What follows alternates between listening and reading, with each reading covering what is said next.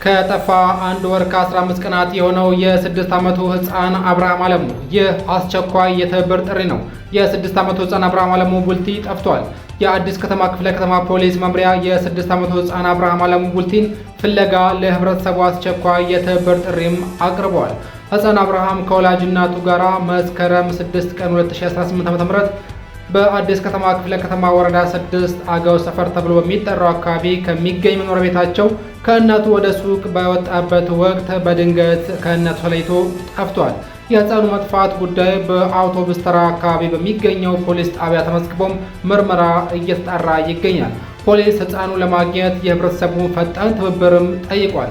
ህፃን አብርሃም አለሙ ቡልቲን ያየ ወይም ስላለበት ሁኔታ የሚያውቅ ማንኛውም ሰው በአስቸኳይ በሚከተሉት ስልክ ቁጥሮች በመደወል መረጃ እንዲሰጥ የአዲስ ከተማ ክፍለ ከተማ ፖሊስ መምሪያ በትህትና ይጠይቃል። ስልክ ቁጥር 01127374043 ወይም 011277740። እባካችሁ ይህ መረጃ ለብዙ ሰው እንዲደርስ ፎሎ፣ ላይክ፣ ሼር በማድረግ የህፃኑን ቤተሰብ ለመርዳት የበኩላችንን እንወጣ። መረጃው ከጉርቻ ፔጅ ያገኘሁት ነው።